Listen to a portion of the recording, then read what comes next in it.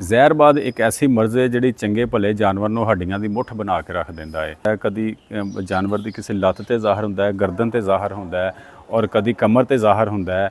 ਇਹਦੇ ਜ਼ਾਹਰ ਹੋਣ ਦਾ ਤਰੀਕਾਕਾਰ ਇਹ ਹੁੰਦਾ ਹੈ ਕਿ ਇਹ ਇੱਕ ਨਾ ਗੁੜਮਾ ਜਿਹਾ ਬਣ ਕੇ, ਜਿਵੇਂ ਆਟੇ ਦਾ ਪੇੜਾ ਹੁੰਦਾ ਹੈ, ਇਹ ਆਟੇ ਦੇ ਪੇੜੇ ਦੀ ਸ਼ਕਲ ਦੇ ਵਿੱਚ ਜਿਹੜਾ ਨਾ ਉਹ ਇਸ ਤਰ੍ਹਾਂ ਗੋਲ ਜਾਂ ਗੁੜਮਾ ਜਿਹਾ ਬਣ ਕੇ ਜ਼ਾਹਰ ਹੋ ਜਾਂਦਾ ਹੈ। ਔਰ ਕੁਝ ਜਾਨਵਰਾਂ ਨੂੰ ਇਹ ਬਰੂਨੀ ਤੌਰ ਤੇ ਇਹਦੀ ਕੋਈ ਅਲਾਮਤ ਜ਼ਾਹਰ ਨਹੀਂ ਹੁੰਦੀ ਹੈ।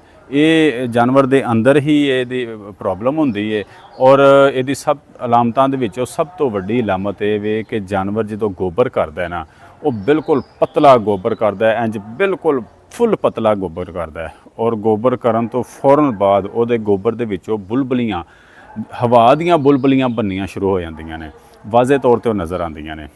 ਅੱਛਾ, ਇਹਦਾ ਇਲਾਜ ਵਾਸਤੇ ਜਿਹੜਾ ਨਾ ਉਹ ਬੜੇ ਲੋਕ ਬੜੇ ਨੁਸਖੇ ਦੱਸਦੇ ਨੇ, ਲੇਕਿਨ ਸਭ ਤੋਂ ਬਿਹਤਰੀਨ ਜਿਹੜਾ ਅਜ਼ਮਾਇਆ ਹੋਇਆ ਨੁਸਖਾ ਹੈ ਨਾ, ਉਹ ਇਹ ਵੇ ਕਿ ਤੁਸੀਂ ਅੱਧਾ ਕਿਲੋ ਦੜਾ ਮਿਰਚ ਲਾਣੀ ਹੈ, ਦਾਦੜ ਮਿਰਚ ਜਿਹੜੀ ਸੁਰਖ ਮਿਰਚ ਹੁੰਦੀ ਹੈ, ਦੜਾ ਮਿਰਚ ਉਹ ਲੈਣੀ ਹੈ ਔਰ 1 ਪਾਓ ਲੈਣੀ ਹੈ ਕਾਲੀ ਜ਼ੀਰੀ।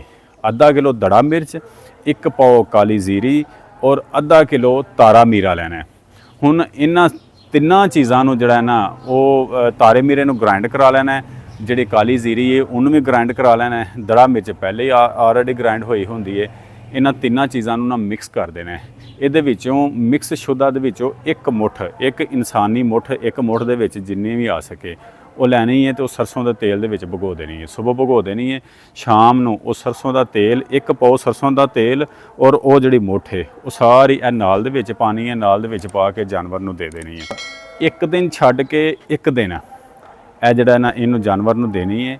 ਅੱਲਾ ਦੇ ਫਜ਼ਲ ਦੇ ਨਾਲ ਪਹਿਲੀ ਤੋਂ ਦੂਸਰੀ ਖੁਰਾਕ ਦੇਣ ਤੋਂ ਬਾਅਦ ਜਾਨਵਰ ਦੇ ਗੋਬਰ ਦੇ ਅੰਦਰ ਜਿਹੜਾ ਹੈ ਨਾ ਉਹ ਤੁਹਾਨੂੰ ਵਾਜ਼ੇ ਤੌਰ ਤੇ ਫ਼ਰਕ ਆਉਣਾ ਸ਼ੁਰੂ ਹੋਏਗਾ। ਗੋਬਰ ਜਾਨਵਰ ਜਿਹੜਾ ਹੈ ਨਾ ਉਹ ਟਾਈਟ ਕਰਨਾ ਸ਼ੁਰੂ ਕਰ ਦੇਗਾ ਆਹਿਸਤਾ ਆਹਿਸਤਾ।